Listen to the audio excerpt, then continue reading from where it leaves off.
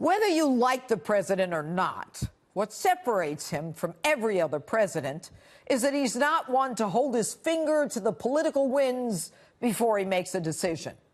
He tries to make decisions that are right, decisions that are best for you and me.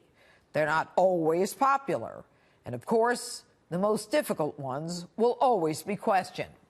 Yesterday's decision was one of them. The deal was to reopen the government through February 15th, creating a bipartisan bicameral committee tasked with negotiating an agreement on border security. The president made clear, though, he's sticking to building a barrier. We really have no choice but to build a powerful wall or steel barrier.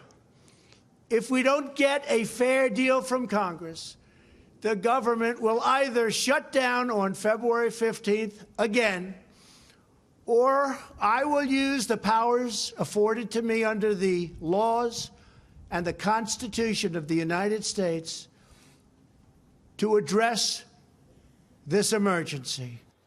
The attacks were immediate, full bore, and relentless. Instead of giving the president credit for recognizing the damage to this country, he was attacked by virtually everyone. Instead of people saying, thank goodness someone in Washington recognizes the need to compromise, someone who actually understands the purpose of government is to serve the people. He sees people who live paycheck to paycheck having a difficult time buying groceries and paying their bills. Airports closed, preventing people from business trips, visiting family members, as well as the attendant economic hardships. And unlike the obstructionists and the Trump haters who don't give a damn about ordinary Americans, he simply couldn't let it go on.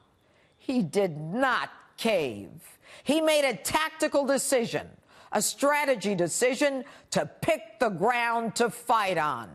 He chose to stop the fight today to fight another day. And that day will be February 15th. But of course, Chuck crowed. Hopefully now the president has learned his lesson. No one should ever underestimate the speaker, as Donald Trump has learned. Chuck, I hate it to break it to you. This isn't a game. It's not about underestimating people. It's about people without a paycheck, something that you're not willing to go without. And Nancy got off her broom long enough to say, our unity is our power, and that is what maybe the president underestimated. And Ann Coulter blasted Trump for not keeping his promise for the border wall, saying he lied. We thought that he wouldn't care what the elites thought, and he'd actually keep his promises on this. And he still doesn't care what the elites think. He cared about the people who, unlike you, don't have enough money to take care of their families. He couldn't tolerate airports shut down. And you want to compare him to Reagan when Reagan fired the striking air traffic controllers? Here's the difference, Ann. A president does not have the right to fire non-essential employees during a government shutdown. OPM regulations under 5 CFR Part 752. Reagan firing the air traffic controllers in 1981 because they were in violation of the law. That situation, Ann, is totally different and not analogous. Public safety workers have no right to strike. It was the same approach Calvin Coolidge took when the Boston police went on strike.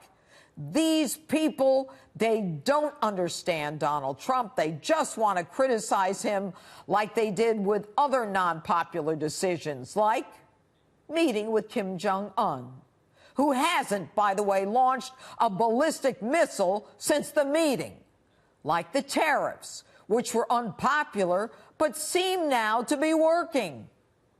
Folks, the war isn't over yet. Remember, Donald Trump is a man willing to take the shots to change the norm in order to do what he thinks is best for the country. Very often, he's dead on. Closing the government tore at him. Opening it Whether it's a popular move is irrelevant in his mind. And remember, this war is not over. It's nothing but a hollow victory for the Democrats. On February 15th, if the committee does not come back with a workable solution, which would be a shock to me because Congress is certainly not about getting the job done.